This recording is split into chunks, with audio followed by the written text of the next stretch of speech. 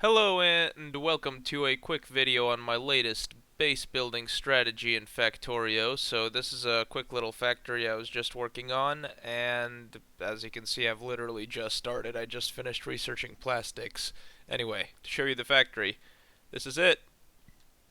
So can't really see it. I haven't really gotten the roboports that I wanted to put in built yet, or researched for that matter.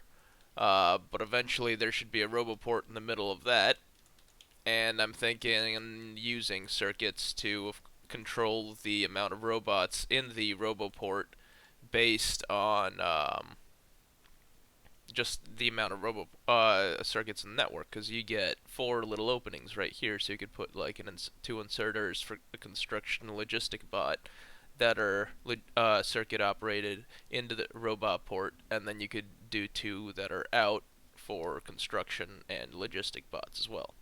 Anyway, so this is the circulatory factory. Credit goes to Gerda's Broom on the forums. It was originally his idea. His idea also had pipes running through it. I thought that was a little bulky, so I streamlined it a little bit. But basically, as you can see, there's green wires everywhere. So green wires count the amount of items on these little circles in the belts. So right now I have, roughly 50 or 60 iron plates and copper plates, roughly 20 or 30 green circuits, roughly 15 and 20 inserters, red science wires, coal is in the tens, etc. All of that. And so that's how many are currently just on these parts of the belts. These are not counted.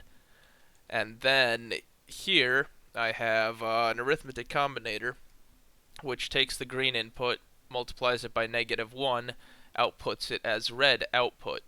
Now red controls all of the outputs for every single one of these every single one of these factories and these raw resource belts. So the idea is when I have, for example, a signal of 60 iron plates, then that gives me a -60 red signal.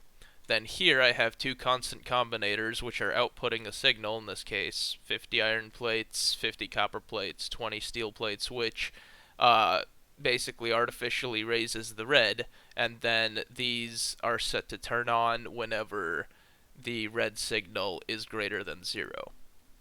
So they always maintain a certain stock on the actual belt at all times. Now the belts are divided so that products are on the inside, or raw resources are on the inside and products are on the outside. Um, I found that this is quite inefficient with green circuits. I'm trying it again, but I'm thinking that green circuits should be considered a raw resource and should be made separately. Same with red and purple, because I've found that they are somewhat slow to make in this kind of setup. So this setup is actually kind of slow overall, so it's not the most efficient way of putting things together, but what it lacks in efficient production, it makes up for in variety. So, like, getting to blue science is no longer a challenge because everything's on the belt. You can just set up a factory that's making blue science literally anywhere. Like, I've got something that's making blue factories here, tossing them on the belt, and then eventually I pick them up over here in this little chest.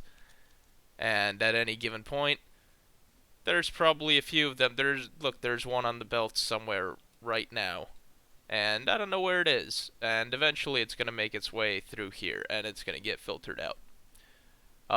So yeah, it's kind of like a circulatory system in like the human body almost. Uh,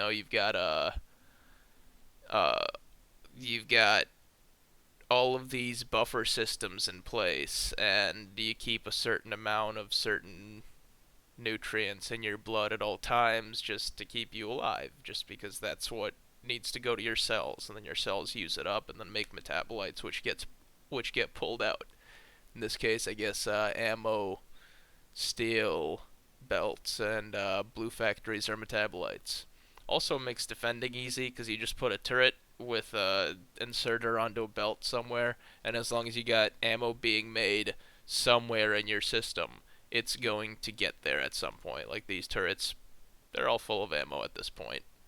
I recently put them up because I noticed my pollution cloud was starting to get a little big. Anyway, so that concludes my little tutorial video, my little latest build video.